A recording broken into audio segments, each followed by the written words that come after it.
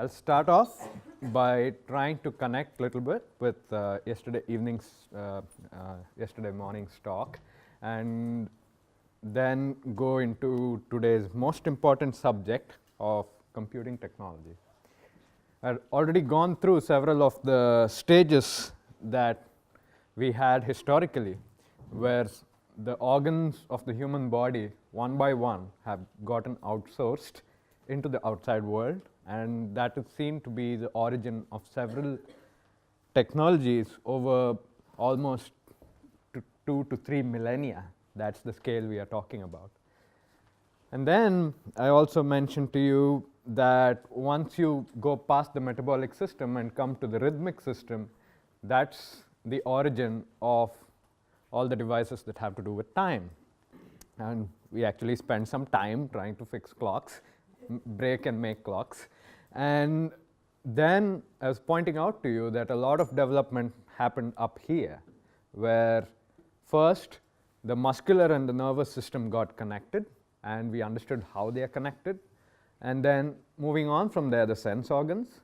And last of all, we were looking at the structure of the brain itself in the way the weaving was happening within the weaving looms. So I was trying to point out to you that the way we weave the thoughts and the way we weave the material for our fabric has a great overlap, and that is one of the origins of that particular technology. But before we get too much into that, there's one thing that I'd like to bring to your attention, and that is when I was trying to describe how the perception of time went from the flowing of water to the feeling of gravity.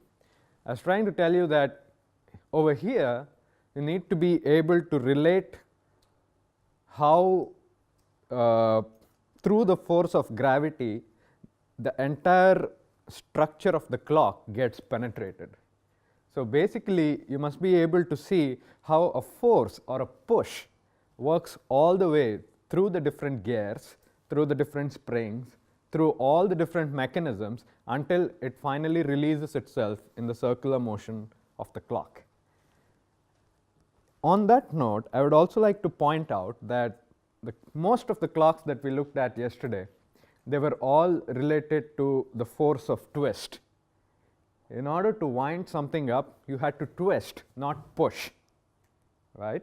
So everything was related to a turning force or a torque, and that particular torque went into the spring, went into the wheels, went all the way out into the twist of the needles that you read the time from. Something else that you can think of, and this is what I'm encouraging people to do, is think of an alternative way of making a clock. Is there a way, instead of a twist, you can make a clock with a push in any direction?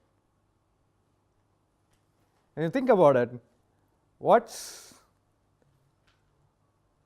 is a distinguishing feature of a gear, and how can we grab at the essence of a gear, and how can we convert it into something which can give us a push?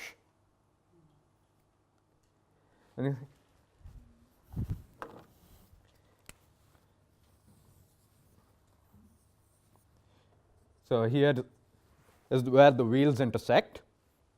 You have a big gear, you have a little gear. And when this guy moves this way. This is your torque. And depending on the number of gears, the teeth in the gear, you're going to get a different rate of rotation on each side, so the torques get transferred. Now, if you're looking at something like this, you want to make a linear version of it, it goes back to another device, which is, again, very old.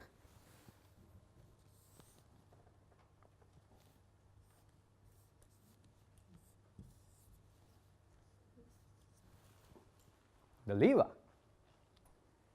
Just the lever. What do you do with the lever? You push it down. When you push it down, the other part comes up. So just like you multiplied the torque by increasing the radius of your, of your wheel and changing the number of teeth on it. You can do the same by increasing the weight or increasing the length of your lever arm. So if you think about it, what you have to do is conceptually transform your clock from a torque to a push by starting with a weight attached to a lever. So let me try to describe to you how something like this could be possible. And this is very fresh. It just came to me after sleeping tonight. So bear with me if I make a bunch of mistakes. But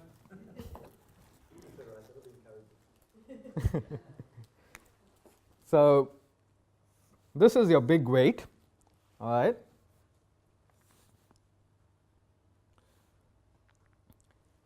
Now, the decision is, where do I put the fulcrum? What do I want to do? So when I have a big weight,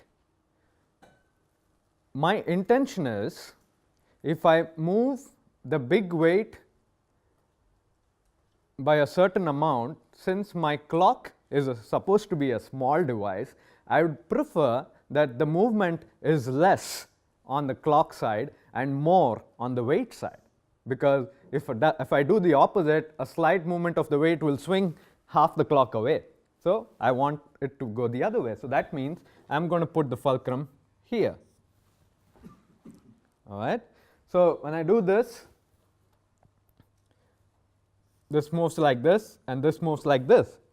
Now to this, I can add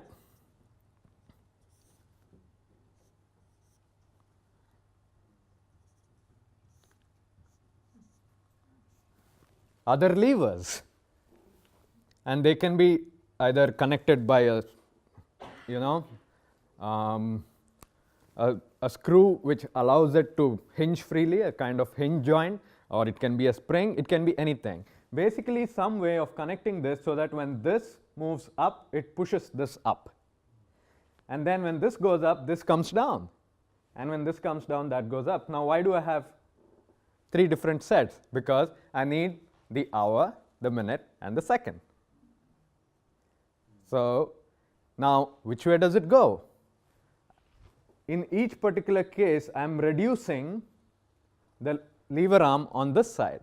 So in other words, the amount it is going to move is going to reduce as I go further down the lever. So that means this is what I need to take care of for my seconds hand. This will be the minute hand, and this will be the hour hand. I don't know how the hands are there yet, but conceptually, this is what is supposed to happen. Your lever is pushing. So I want you to feel this, rather in this case, your levers are transmitting the pull of gravity all the way across your system. And remember, what will happen if I just let this go on? There is no timer. You'll just yank, this will go this way, that'll go that way, and the whole thing just collapses. So what do you need? You need a control of some sort, right? And when you look at the control, since, again, mechanically, you can make the control easier if you have something which is of the right size, which you can control. Because if something is too small, then the movement is microscopic for you to actually put any sort of control on it. And the same if the movement is too big. So just as a guess, we don't know, we'll only know when we actually work it out. Just as a guess, I'm thinking that I'm going to take the minute hand, attach another rigid lever over here, and I'm going to make my minute hand kind of the place where the effect of all of this is being measured. Now remember, this minute, the second hand is supposed to go every single second, and then the minute hand goes every single minute. So when I'm hooking it up over here, I'm actually hooking it up to the output of the second hand. And if you don't exactly understand what that means, that's still fine. What I'm trying to get at is, you need something over here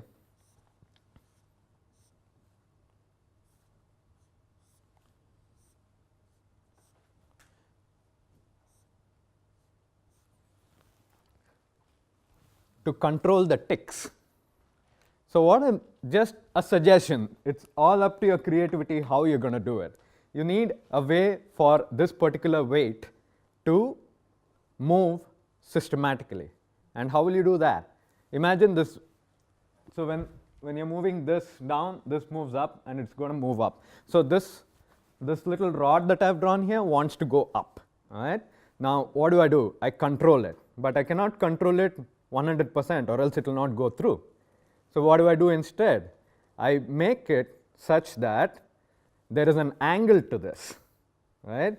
So when this wants to move up, it takes a certain amount of time to go this way and then snaps on to the next one and makes a certain amount of time again to slide, and the friction will decide how much your timer is going to move, right? So this is how, by taking a same mechanism, you take it inside and then you change things and see whether you can do the same thing in a completely different way. And this, at the bottom of this transformation, is also what happens by default when you're going from a perception of time to a perception of thought. Perception of time is mostly circular. Perception of thought is linear. And we see this all the time in the language that we use. Oh, I lost my train of thought. He went off track. My thought went haywire. And so on and so forth. We always want to make sure that the thought goes in a line.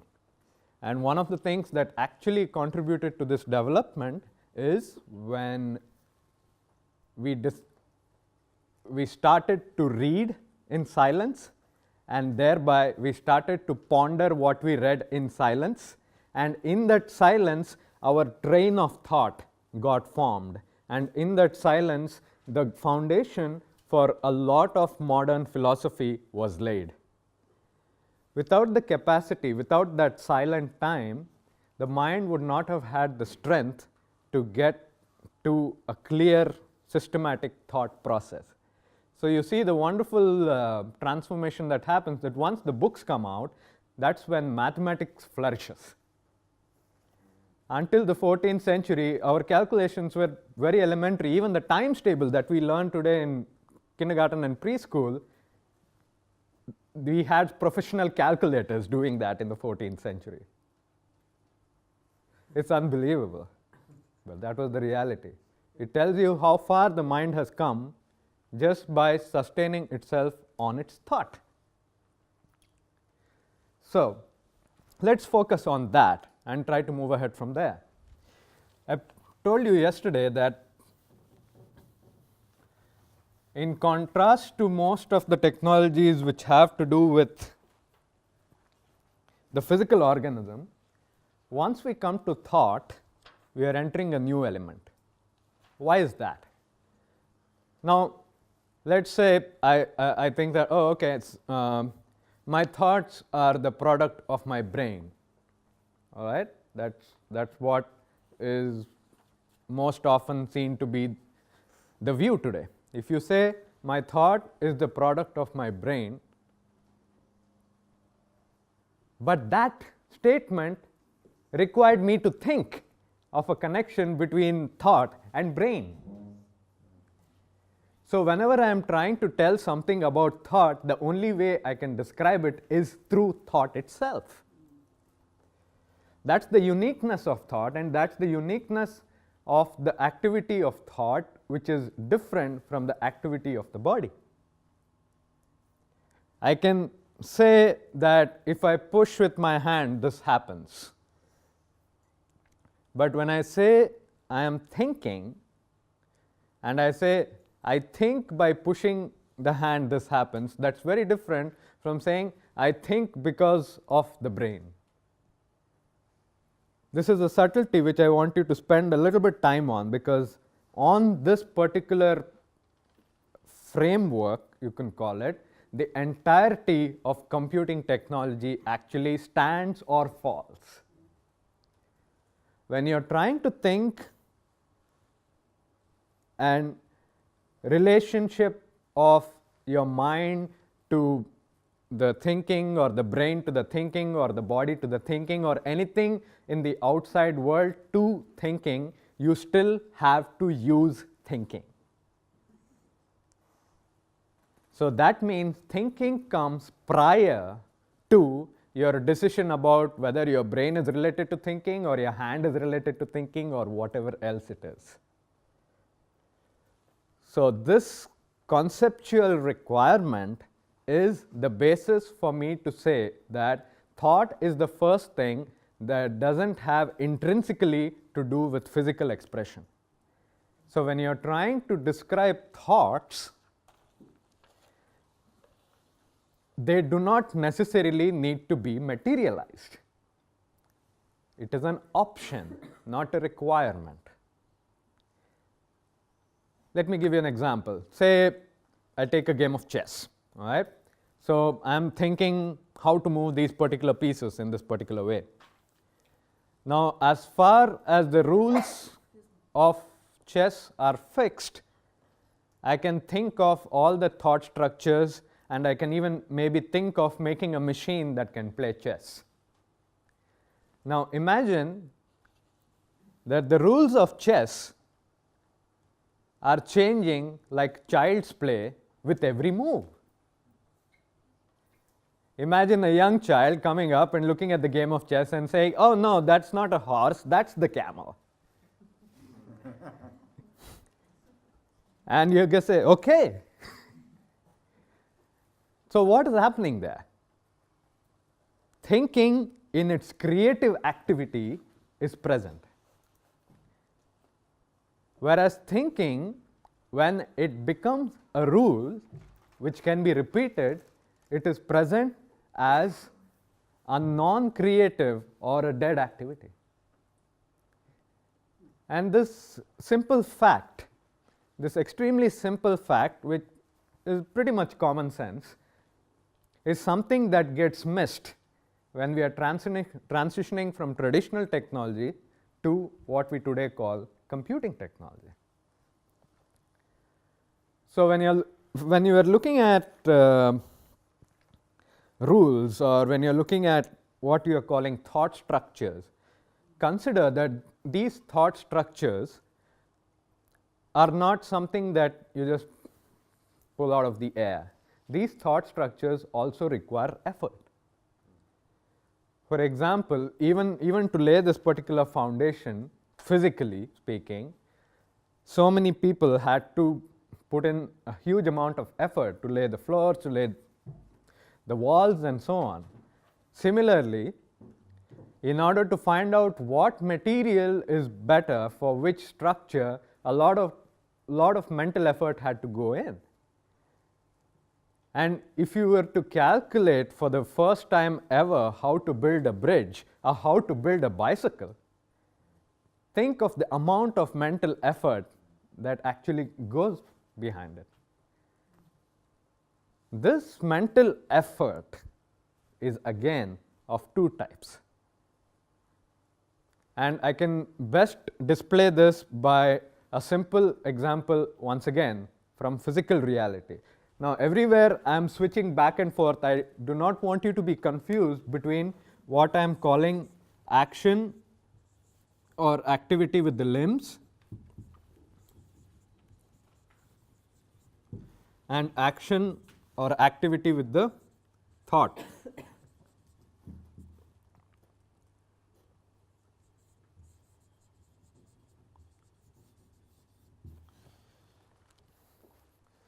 Both thought and activity, physical activity, have an element of effort involved in them. Now, what are the two kinds of effort that exist? Think about it in terms of, let's say, lifting a weight. What is the first thing that folks go to the gym keep an eye out for? The number of reps they do of any particular exercise. So it's repetition. So there is an activity which has to do with repetition. Whereas imagine instead of a repetitious movement like this, you're doing a dance. It's still an activity of the limbs, but now the freedom is enormous. Why? Because you're not focusing on making something that repeats mechanically.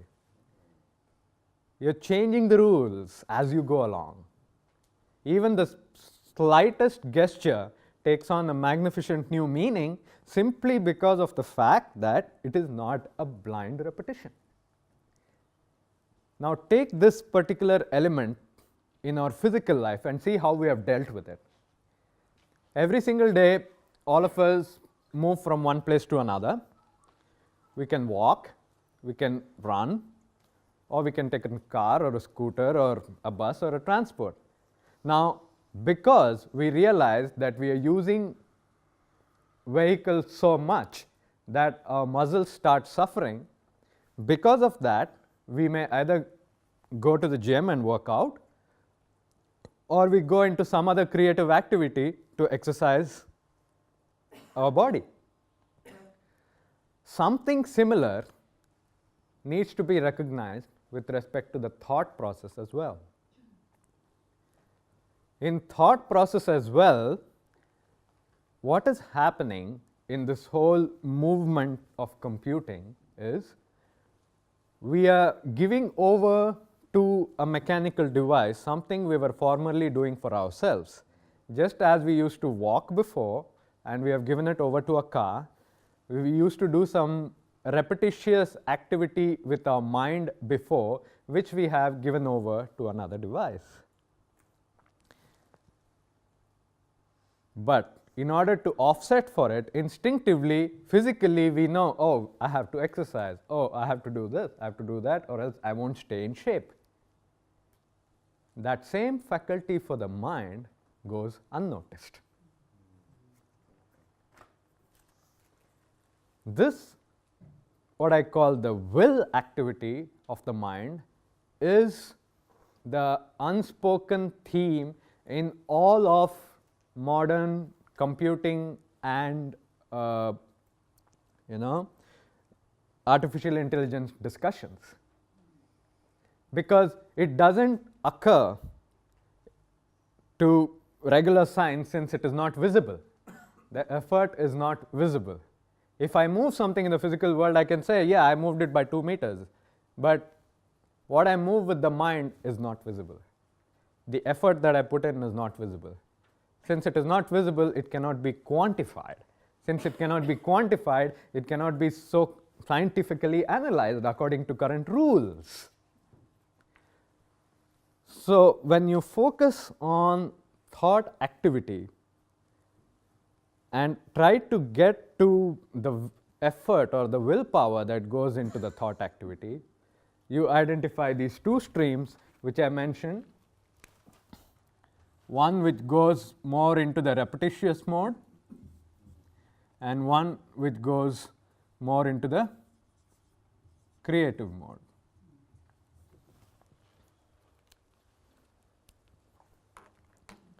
Now historically, what happened?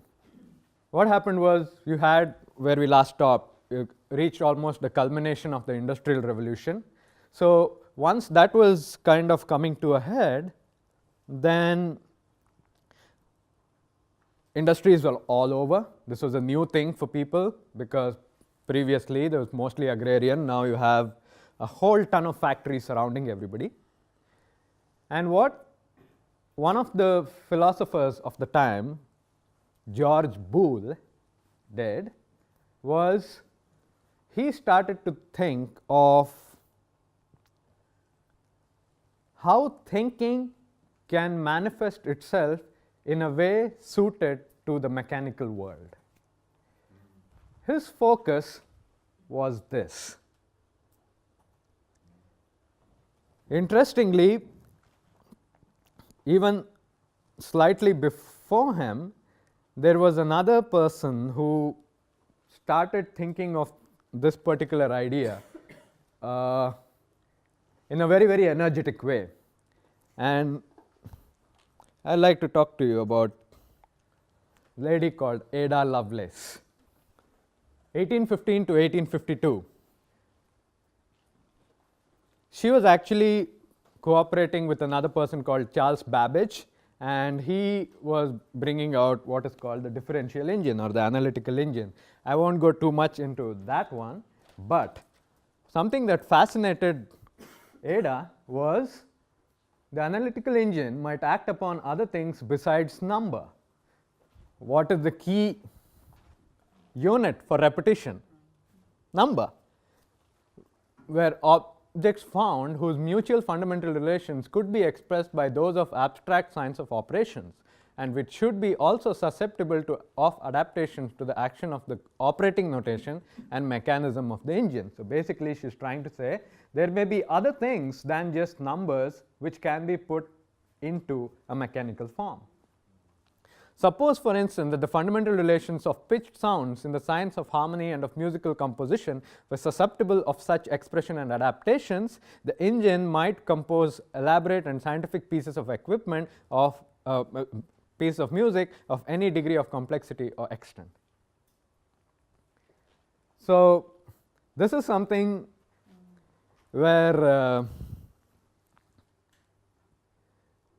the intuition has come up with something that is partially true, and that partially true statement takes off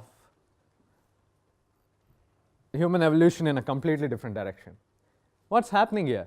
She's suggesting that other than numbers and traditional logic, other fields of human endeavor may also perhaps be quantified. And the example given, that of music, is very illuminating because you realize what is happening. She is trying to relate creative activity with repetitious activity. Now, of course, creative activity by definition, if the potential is infinite, then the question becomes, how is a creative activity related to number? All right. What is the relationship of creativity with number? Think about something simple where creativity is constantly manifested. Just open the window, so let's take a look at those plants. Each one of those plants are constantly creating themselves leaf by leaf by leaf. Is there any limit to the number of leaves that exist in the plant world? Put it in another way, I can always count the number of seeds in an apple. Can I count the number of apples in a seed? There. That's the difference between number that has a quality of repetition and number that has a quality that goes beyond number. So when you are looking at numerical values of something, as far as you can count them, you are thinking of, say, integers or positive numbers. But once you go, or once you allow numbers to push their own boundaries, then you come across irrational numbers, transcendental numbers, and numbers which are complex, numbers which don't have any physical representation, and in the end, number leaves the level of number itself when you come to the concept of infinity. In infinity, number has its end and creativity has its beginning. And as far as the viewpoint where everything has to be quantified is carried forward, if you are looking at it in that sense, only the world which is capable of number is treated as real, and everything that is not capable of representation by numbers is treated as an illusion or not real. Oh, I cannot quantify it. That's not scientific. That's the traditional statement that you hear everywhere. So what does it mean? So now just looking at the quality of numbers, you're able to see the number, which is called infinity, is where you're bridging over from repetition to creativity, from number to life. Think of another example. When you have the 26 letters of the English alphabet, you can count the letters of the English alphabet. 26. How many words exist? Can you count that? Creativity. You can count the scales on a musical key. Can you count the number of songs that you can play?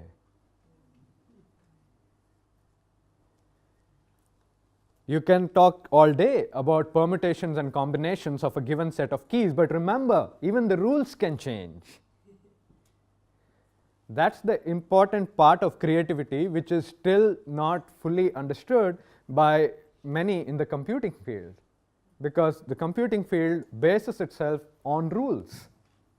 It has to reduce everything into rules. If you say, okay, this is how a composition goes, a person who is trying to put it into a machine is going to look for, okay, what is the rule here? What can I extract as a rule here? In other words, he is repeating Ada Lovelace's question every single time. Which part of it is there something that I can convert into a mechanical repetition? That is the actual question. Now, of course, nothing in the world is completely creative and nothing in the world is completely repetitive. So in every creative activity, there will be some things that are repetitive. And even in the most tedious job, there will be some things that are creative. But our question is, what can we focus on? And how do we penetrate through to that process? So coming back to the idea of Boole. So what Boole was trying to do was, he was looking at the logical thought process and he was trying to see how that logic can be pushed into the machine. Now, what is the quality of a machine? Quality of a machine is that it exists in the realm of forces, right? So you can either push it or not push it. You can either switch it on or not. So basically, the kind of logic that has to do with the machine has to deal with on and off. The second thing, being influenced by the kind of atmosphere that Boole was living in, he was looking at the factories coming up all around him, the industrial revolution taking off by itself. So he is trying to think in terms of thought processes. If I give something as input, what do I get as an output? First, he takes only zeros and ones as the possible expression of something. Next, he thinks of a factory. If I put something into a factory, if I put something as input and I do some processing with it, what do I get as an output? So in other words, of all the thinking activity that you can do, you have taken the one which can be expressed by a machine and you have taken the one which is most in harmony with an economic process of production, which has raw material going in, stuff happens to the raw material, you have the packaged good coming out. When this thought process enters thinking activity, you have the birth of Boolean algebra. Boolean algebra.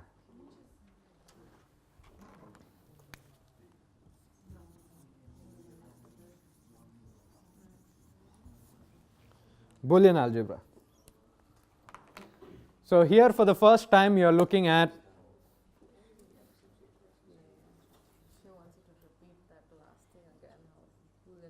okay. So when you're looking at the development of a different kind of logic which Boole wanted to do, which can be incorporated into the machine, he picked something, a representation which is more in tune with the machine, something that can go on and off. So that's the first part. Then secondly, even with a machine, you put something in, you either switch it on or something, and then you have an existing structure for the machine which does some process, and then it has an output. Input, processing, output. That same process, when applied to thinking itself, it gives you Boolean algebra. What does it not give you? It does not give you anything that cannot be reduced to 0 and 1. Now, even if you look at a number line, the ordinary number line, it goes from 0, 1, 2, 3 all the way to infinity, but infinity is inaccessible to any machine by definition. If you define that a machine can access infinity, you are stating a contradiction because of what we understand by the machine. If by machine you are speaking of physical objects which do not have life of their own, you are not speaking of plants, you are not speaking of animals, you are not speaking of human beings, you are speaking of substances. With substances, infinity is not accessible through mechanical logic. So let's move on by considering the actual input, processing, output, process. Imagine that person sitting there, he does not know a word or a character of Chinese, but he is given that rule ledger. What he sees on that screen is input. What he looks at in his rules is and does is here. If you see this shape followed by this shape followed by this shape, then produce this shape followed by that shape. And then he puts it out. Input, processing, output. So here's the question. Does this man understand Chinese?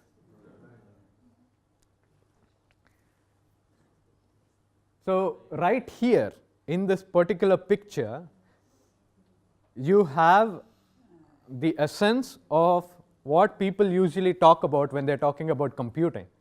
Because something that is unconsciously done is, when you're looking at computers, you start to use verbs to describe their activity, which are taken from the human realm. And it is not recognized that we are doing it. We say, oh, the computer calculates, the computer figures out, the computer learns, the computer decides, the computer does this or does that. What is actually happening in this entire process? What is actually happening in this process is we do not have a person there. What is happening is the rules are encoded by a person who has made the machine. So basically what is happening in a computing process is, number one, you have taken the repetitious parts. Number two, you are trying to set up a factory which will give you what you require as an output.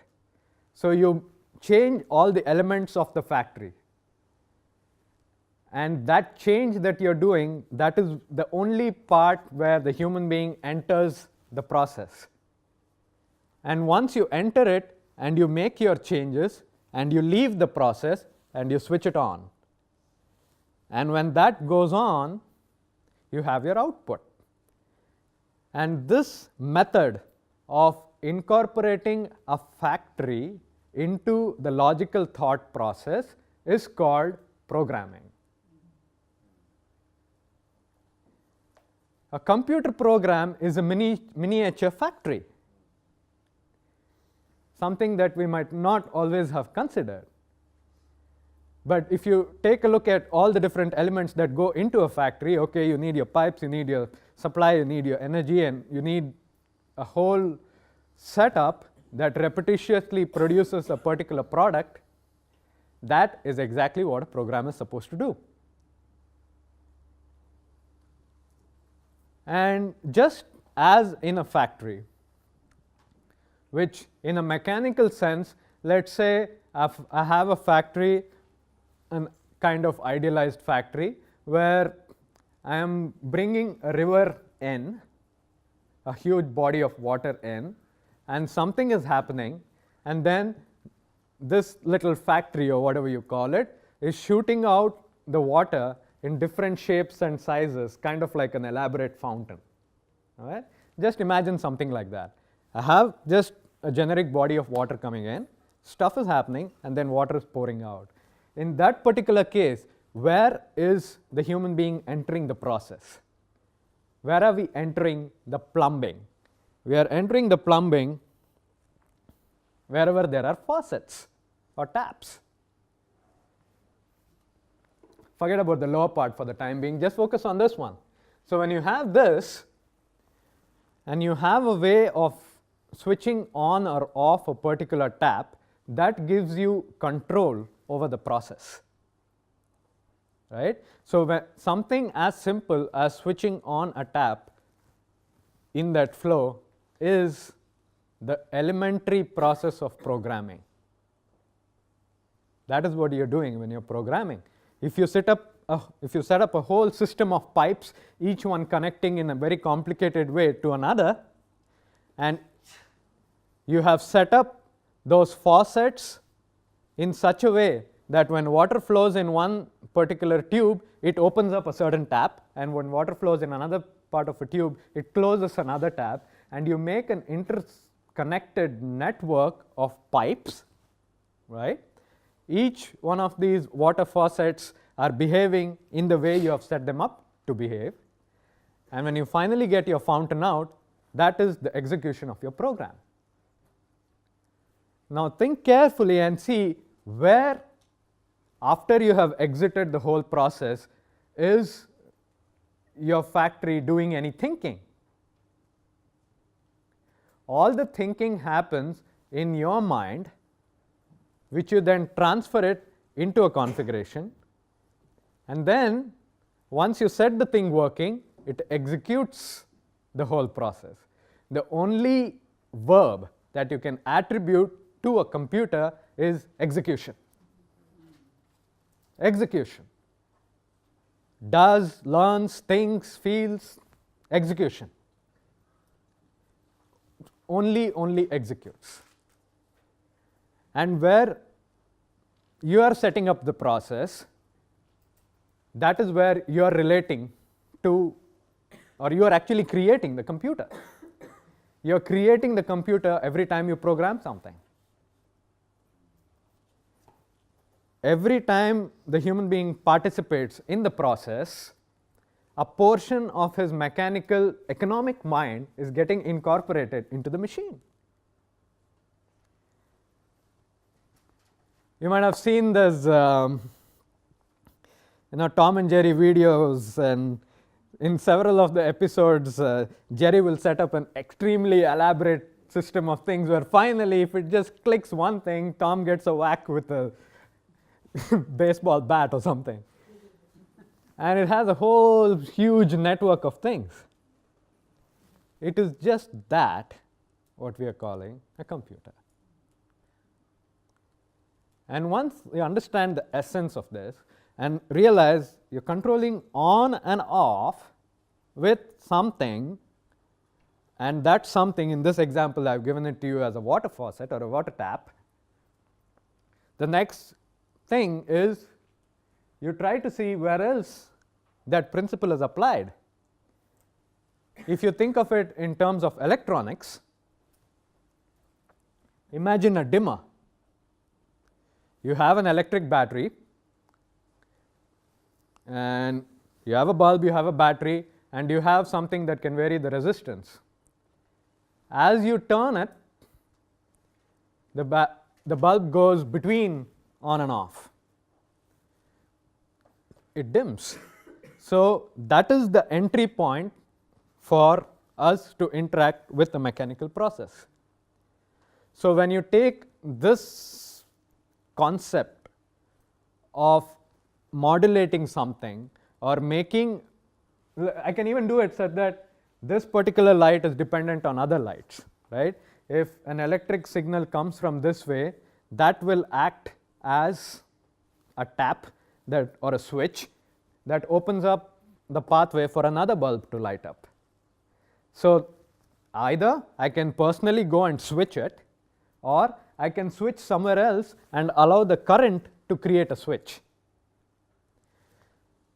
So we have come to the true essence of computing. The input are signals, pushes and pulls, or on and off, or water force, or whatever. Output is the same thing. Where the control lies, programming, is how we direct that force through it, whether we let it go through or we redirect it somewhere else. Directions, directing the forces is where human programming comes in. And when it was done first in the history of electronics and the history of computing, the most important invention that allowed all of this to happen and created those huge computers that filled an entire room was this thing. It's called the triode. A triode has 3 connections. Remember, I was telling you something should go through and something should modulate it. The something that goes through is an electrical signal, and the something that modulates it is this little grid right there. So input, output, modulation. That's the heart of computing technology. And what you have after that is the transistor. When the vacuum tube, or when this three-pronged system got incorporated into a material, it entered the realm of modern electronics. And this little symbol over here tells you exactly that. If I put a signal over here, an electrical voltage, it changes the amount of current that's flowing through it.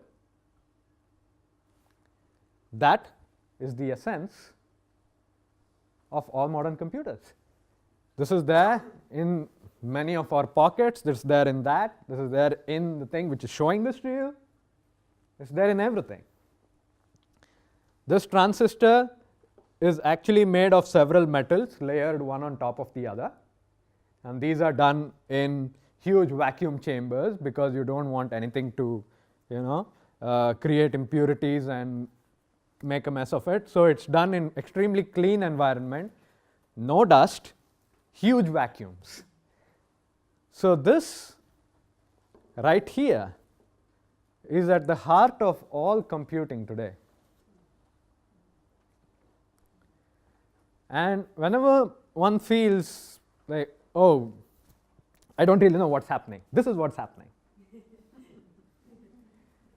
Right? Because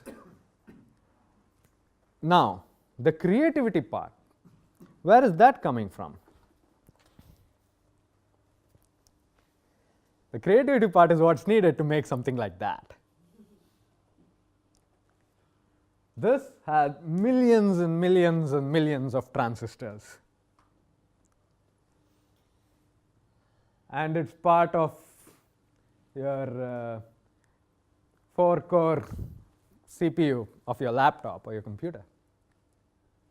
And it will have several different sections. You have a memory, the display, the cache which is kind of temporary, the full input-output controller, graphics, all of that. So my basic point in this whole process is not to mistake complexity for novelty. Do not mistake complexity for novelty. Novelty as something new. Because what is happening is, remember where we started off. We started off with regard to the thinking function. And then we saw, okay, in thinking function has an effort involved, and there is a repetitive aspect of it. You take that repetitive aspect and you plug it and create a machine to do it. Whether it is a simple calculator or whether it's something crazy like this, you have a whole slew of things happening. What is new in this process is the one thing that was new at the time of George Boole, that of putting logic in a mechanizable form. Once that process happened, it meant whatever we can think about,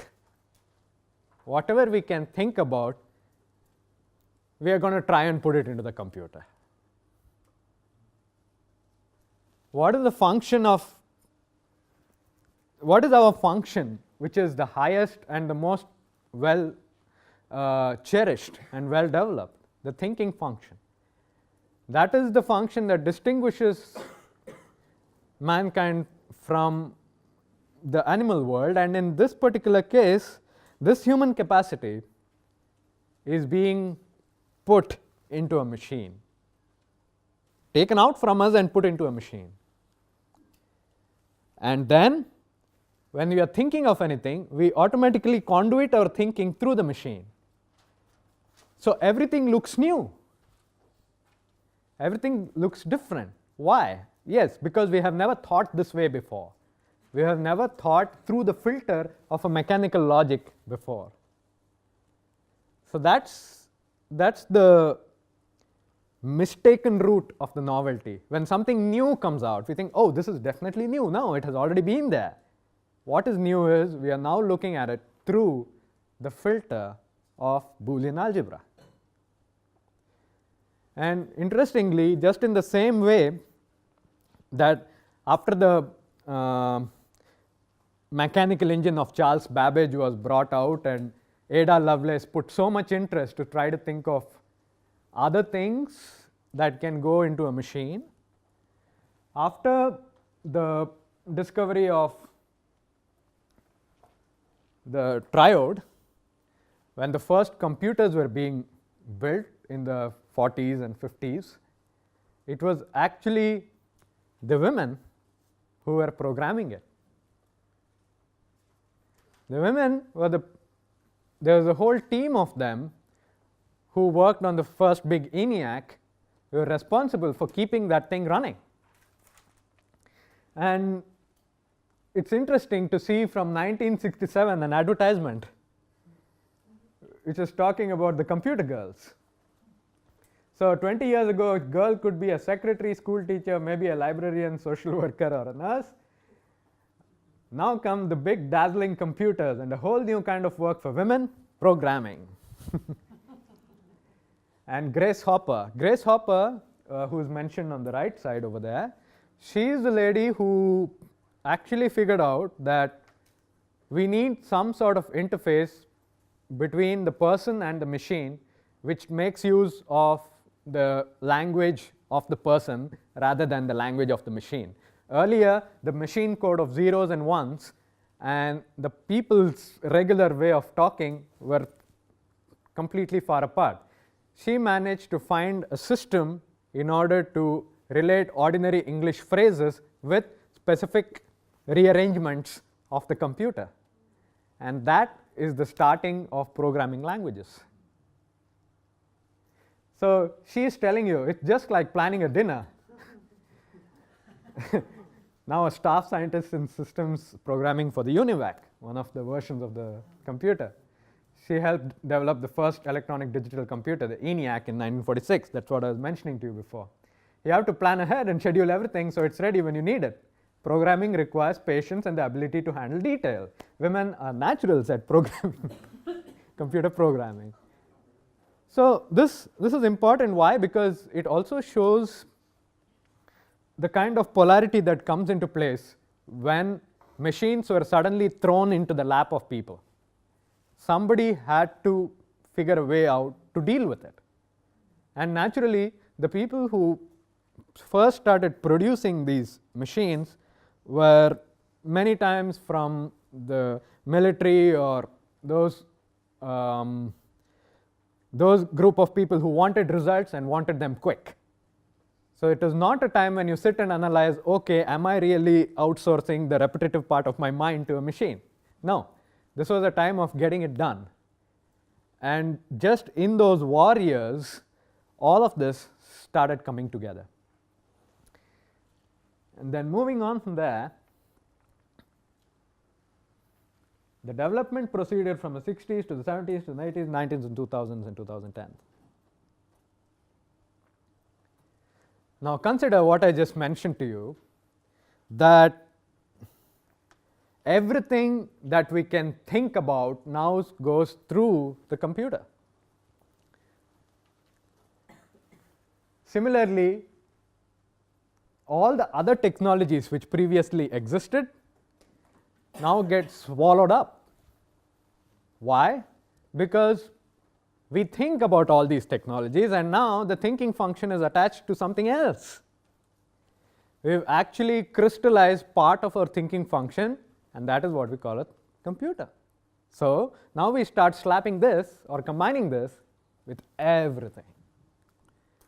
This is a big push which is coming and penetrating through the entire world.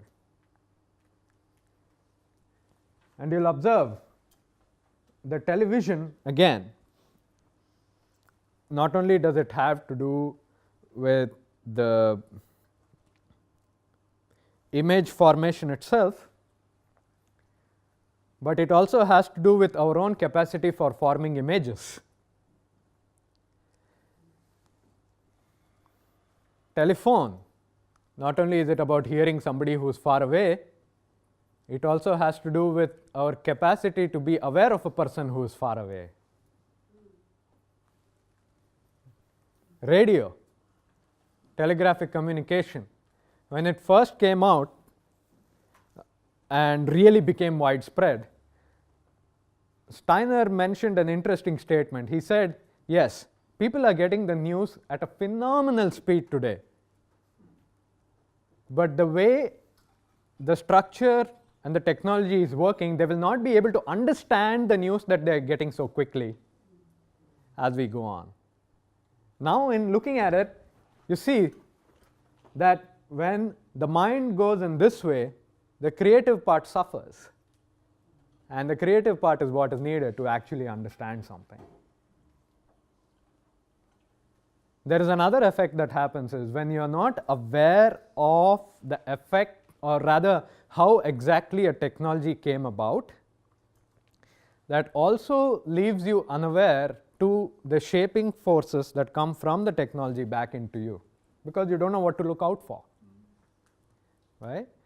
And in this particular case, when you're looking at the computer's capacity to take a set of rules and basically execute them, you're looking at the entire gamut of human thinking capacity and selecting this particular stream, and the more you use it without realizing what has been selected, that will become the only sort of thinking that is even allowed to you by yourself. And that is the importance of this whole process. Now what is the offset in this case? The offset is shown to you right here. It is only when the creative aspect of us is able to match up to the repetitive aspect, then is it possible to take what is a creative approach to the whole thing. For example, I was asking you to reimagine a clock, all right? Can we Google that? I would welcome you to. Google that and see if anybody has ever made a linear clock. So that's just one example, but the point is, can you come up with questions which do not involve repetitious thinking? This is a challenge. It is actually challenging. It is a wake-up call asking you, for heaven's sake, wake up your creative thought. At least by smacking ourselves in the face with all the repetitive thought, we should consider that there is another kind of thought possible. There is another possibility that after getting whacked with the face with repetitive thought, we identify with it and think that is how we all think. And then we think that this kind of thought is actually intelligence, and we label it artificial intelligence.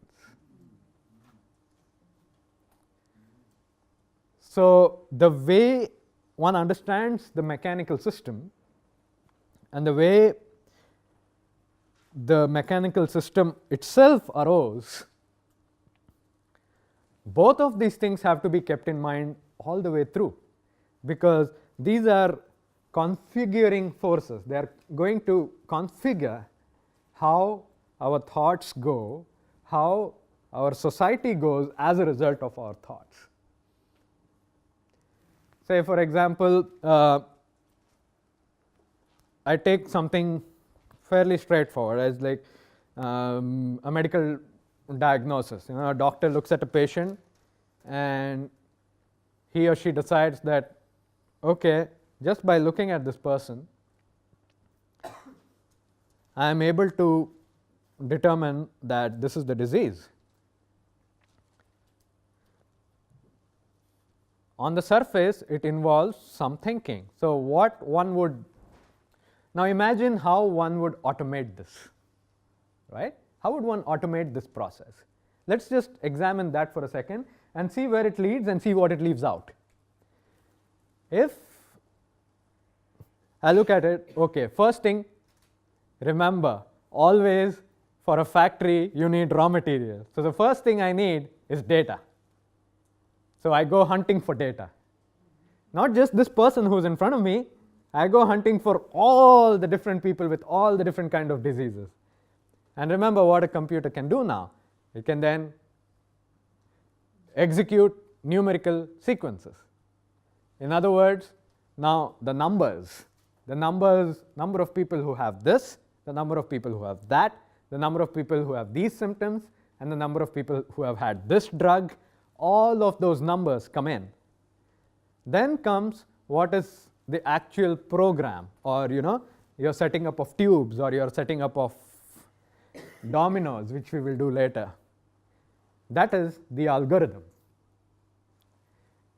Then the algorithm can take in any sort of data. It can take in the numbers of the people who are sick, or it can take in the numbers of the intensity of the images of the MRI scans. It can take in any numerical input.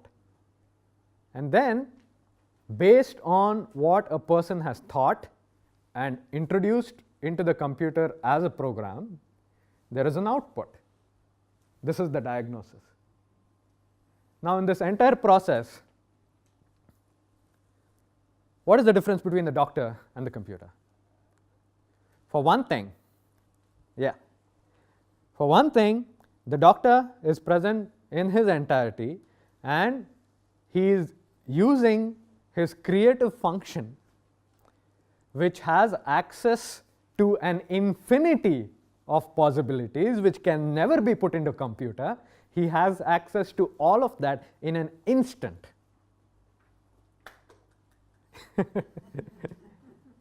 In an instant. So you're looking at a faculty which is so far advanced as infinity is from 100 million. So you're starting with that faculty. Now that's just the beginning. And then you're looking at the senses of the doctor, which have been honed through his expertise, senses which you might not even realize are there.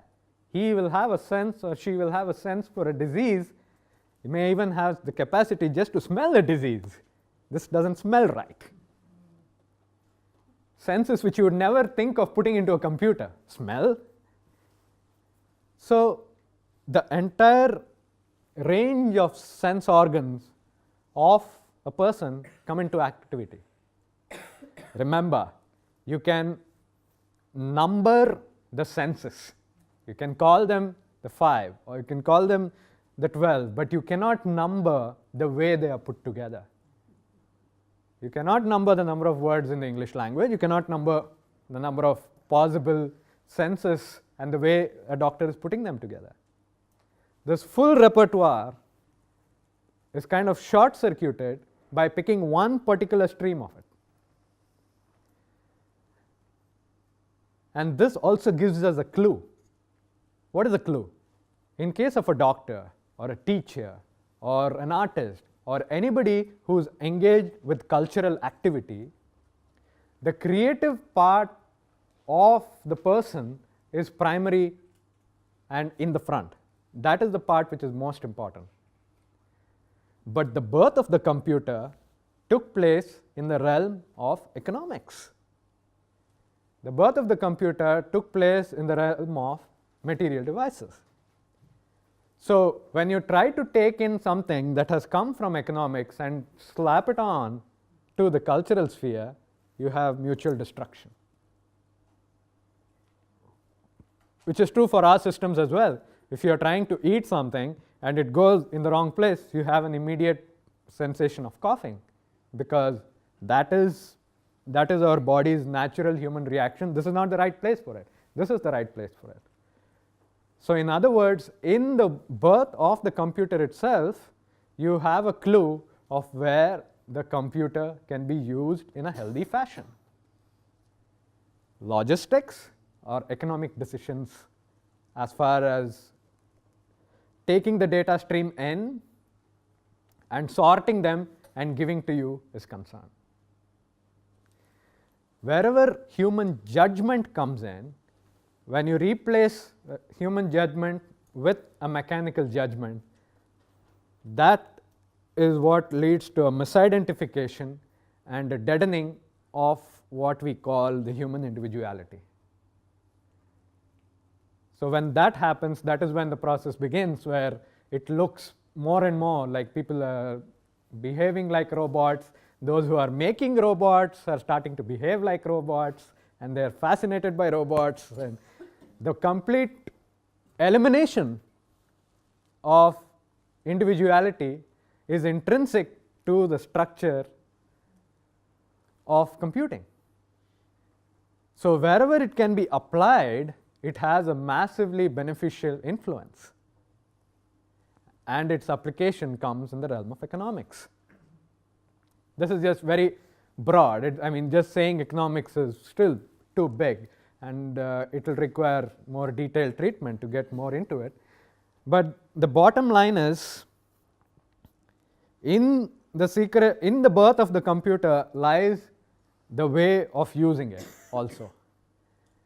And also, once you identify what is the part that you're leaving out, then the focus on that particular part can begin. So this, especially for educators and especially for those who are dealing with younger generations or things like that, what happens is, this is a challenge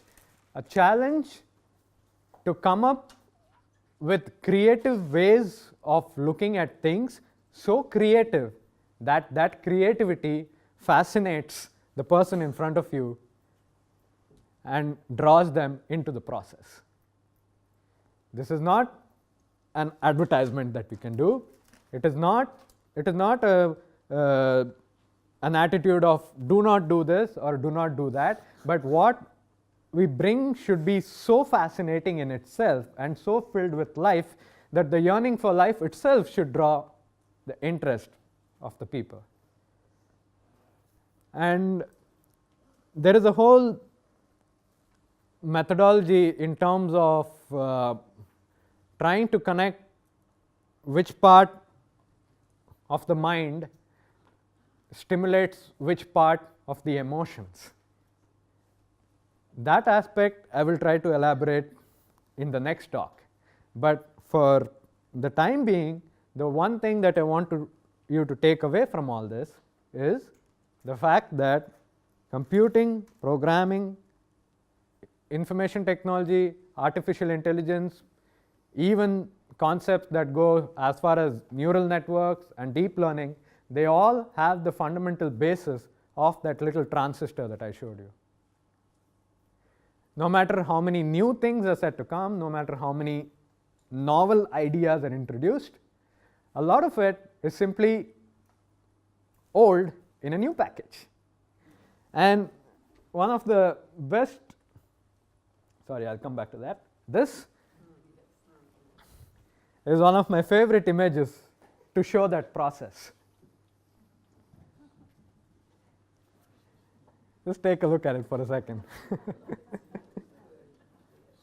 John Atkinson, he's made a nice little cartoon. That's your Reddit, that's your Skype, that's your Tumblr. Facebook is not all that accurate, but it still does the job. You need to put a newspaper next to Facebook for today's function of it.